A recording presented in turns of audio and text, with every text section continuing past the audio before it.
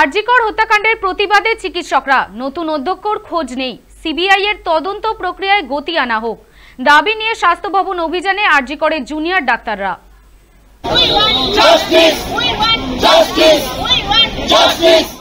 আরজিকর কাণ্ডের মাঝে ইস্তফা দেন অধ্যক্ষ ডক্টর সন্দীপ ঘোষ। তার জায়গায় আনা হয় সুরিতা পালকে। কিন্তু আরজিকরের আন্দোলনকারী চিকিৎসকদের দাবি, এখনো সুরিতাকে হাসপাতালে দেখা যায়নি। নিরাপত্তা সহ বিভিন্ন বিষয় নিয়ে আলোচনা করতে অধ্যক্ষের সঙ্গে দেখা করা যাচ্ছে না, কারণ তিনি আরজিকরে আসছেনই না, স্বাস্থ্য ভবন থেকে দায়িত্ব সামলাচ্ছেন। এই অভিযোগ তুলেই বুধবার স্বাস্থ্য ভবন অভিযানে সামিল হন চিকিৎসকেরা। তরুণী চিকিৎসককে ধর্ষণ করে খুনের ঘটনায় প্রতিবাদ চলছে।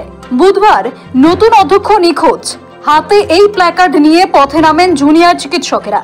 এদিন সিবিআই এর ওপর চাপ বাড়ানোর জন্য সিজিও কমপ্লেক্সের সামনে জমায়েত করেন তারা।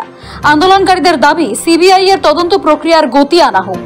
ঘটনার বেশ কয়েকদিন কেটে গিয়েছে, তদন্ত এখন কোন পর্যায়ে তা জানানোর দাবি উঠছে জমায়েত থেকে।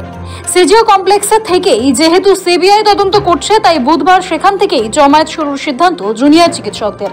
সেখানে চলে স্লোগান, মিছিল করে স্বাস্থ্য ভবনে যাওয়া হয়। চিকিৎসকদের মিছিল থেকে আরজিকর মেডিকেল কলেজে নতুন অধ্যক্ষের পদত্যাগ দাবি করা হয়।